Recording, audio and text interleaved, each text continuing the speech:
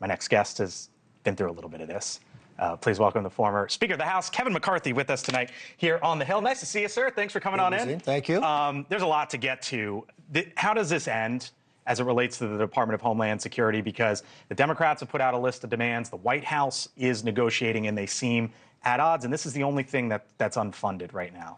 Yeah, there's only 3% of the government not funded. We've been in a situation like this before, so you really don't feel it. But the interesting part here, this really isn't about Homeland Security as you know it. It's not about ICE. These are the things that will not be funded. FEMA, TSA agents, and think about this. These poor agents went through 40-some days without being paid and showing up to work every day. Secret Service, Coast Guard. Those are the things that won't be funded because ICE has already been funded well into the future. One big beautiful bill. So this is, this is showing where the Democrats, this is an emotional decision. They're not being smart about it. It's emotional, thinking they can't vote for something when they're really shutting down the Coast Guard, FEMA, Secret Service. But what would you say to the president? Like if you put back on your former Speaker of the House hat, what would you say to the president? Because the polling's against him on ICE, right? And it's something like 60% of the country is against the immigration actions, 2/3 of independents. And now I just saw, that surge come out of Minnesota, as we just talked about. So the president's changing here as this is the backdrop, as Democrats want more change. So what would you tell the president? I think the president's actually taking the right move. He put Tom Homan in. Look at the professionalism. And think about the 4 decades that Tom has served this country, from President Obama to President Trump. He went in there, professionalized, drawled down, calmed the situation, worked with leaders on the other side of the aisle, even the governor, attorney general, and got things to a very solid position.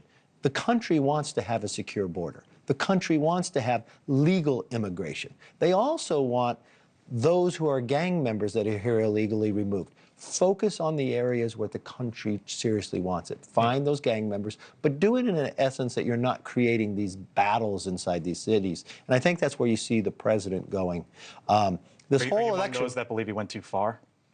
Look, in any situation, the people want to have secure borders. They want to have safety in their streets. I think this has been riled up by a lot of people on both different sides. I don't think people should be going in. These ICE agents have to be able to feel safe. The idea that the Democrats are saying you can't wear masks, they just want to know where these people live and where they work and intimidate them. You can't have that happen. Here's what I've seen. I've seen Republicans rebuke the president on the Epstein files. Just the other day, a handful of them, 6 of them, rebuked him on his tariff policy as it relates to Canada. It feels like more Republicans are feeling, you know what, we can go against the president right now.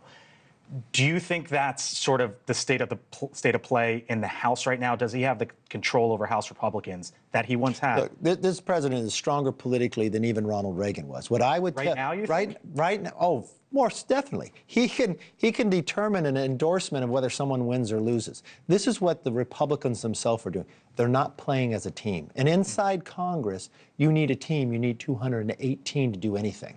The idea that you have allowed more discharge petitions to go, that you have turned this floor over to the Democrats, is the worst position to be. You need to act together. You're not going to get 100% of what you want, but you're going to get it in a better form. If you can't pass a rule that allows the Republicans to control the floor, then you have made Hakeem the speaker. Do you think that's coming in 2026? Because I'm looking at DHQ, our partners, the generic ballot is Democrats +4. The betting markets have it at a 78% chance. Look, there's a lot of indications where you go. If you look at the New Jersey and Virginia races for governors, historically, if the Democrats win both, they usually flip the House. If Republicans win one, the Republicans flip the House. If you look at the state races, look at Virginia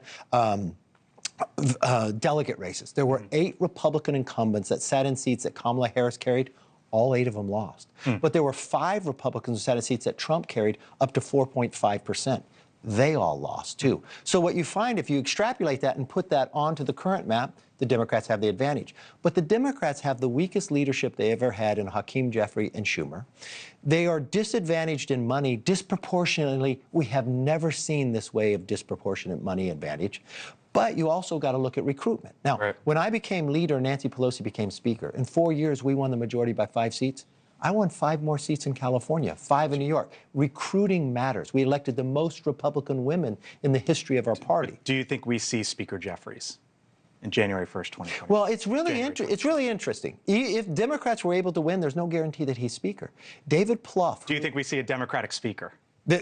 There's a long way from it right now. Okay. If you look at the polling nationwide, the advantage is to Democrats. Okay. But the economy is going to be coming back. Does it come back fast enough? I got to leave it there, as there is breaking news out of Arizona. Kevin McCarthy, former Speaker of the House. Hope you come on back. All right. Thanks for having me. Appreciate it. All right. By the way,